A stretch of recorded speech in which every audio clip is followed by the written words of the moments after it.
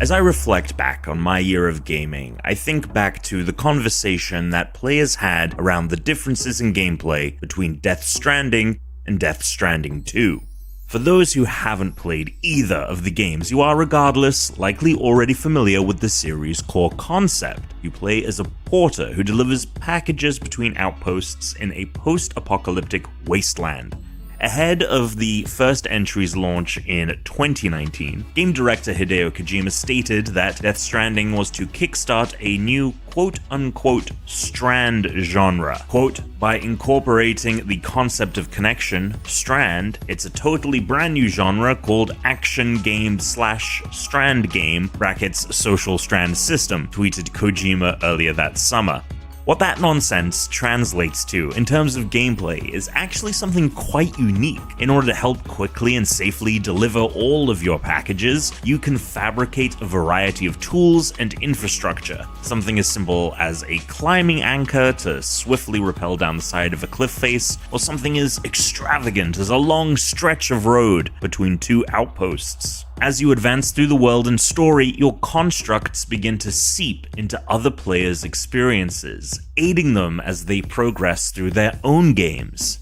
At the same time, the structures others build transform your world too. You might approach a perilous edge and a climbing anchor is already there, having been placed by another player in their own game world. You could bring a slew of resources to a road constructing terminal, only to find that you don't need as many supplies as you thought you did, because other players have already contributed a nice chunk of the required materials. Not only does this save you a ton of time and help you get a leg up on your deliveries, but it incentivizes you into also paying into the system, knowing that when, for example, you place a zipline to rapidly descend down a mountain, that very same zipline will likely appear in another player's game, ready for them to use. The first game already expanded the tools and infrastructure on offer with the release of its director's cut, which meant, of course, that Death Stranding 2 needed to develop those systems even further. However, this did result in numerous players feeling that the sequel was lacking a lot of the friction that made Death Stranding what it was. Some feel that whereas the first game had a nice balance of systems in place to help you along the way, Death Stranding 2 literally paves over its cracks with too many apparatuses that overtly streamline the process of making deliveries. I don't disagree with that analysis. In Death Stranding, I absolutely was transporting, more often than not by foot, far fewer packages and materials, and had fewer options for helpful tools and infrastructure.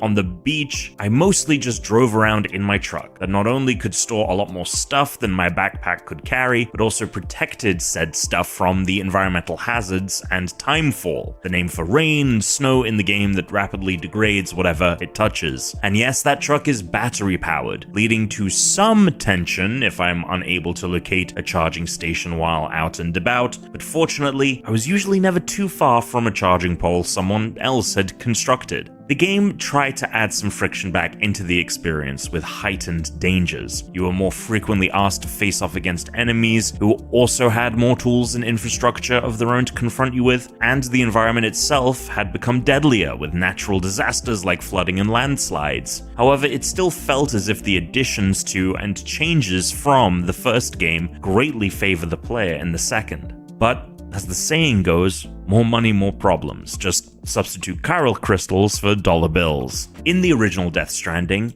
every task seemed monumental, especially as the game progressed and deliveries started to require you to transport a package within a limited time frame or without crossing over a certain damage threshold. The Strand aspect of the game, in which you help other players and in turn they helped you, became far less of a priority. When I placed a ladder down somewhere, it was because I needed a ladder there, and if that helped someone else out, great. I'd contribute to the creation of certain roads because I needed the last leg of my journey to go as smoothly as possible. If my actions helped complete a larger section of highway, fantastic, but that wasn't my objective. And on the beach, however, because I had so much potential to move more materials with greater ease, I was finding myself compelled to complete the game's highway and monorail systems for the sake of completing them. I found myself more strategically deciding where to place a shelter in the wild that provides the most optimal point in the region to take a breather, not only for myself,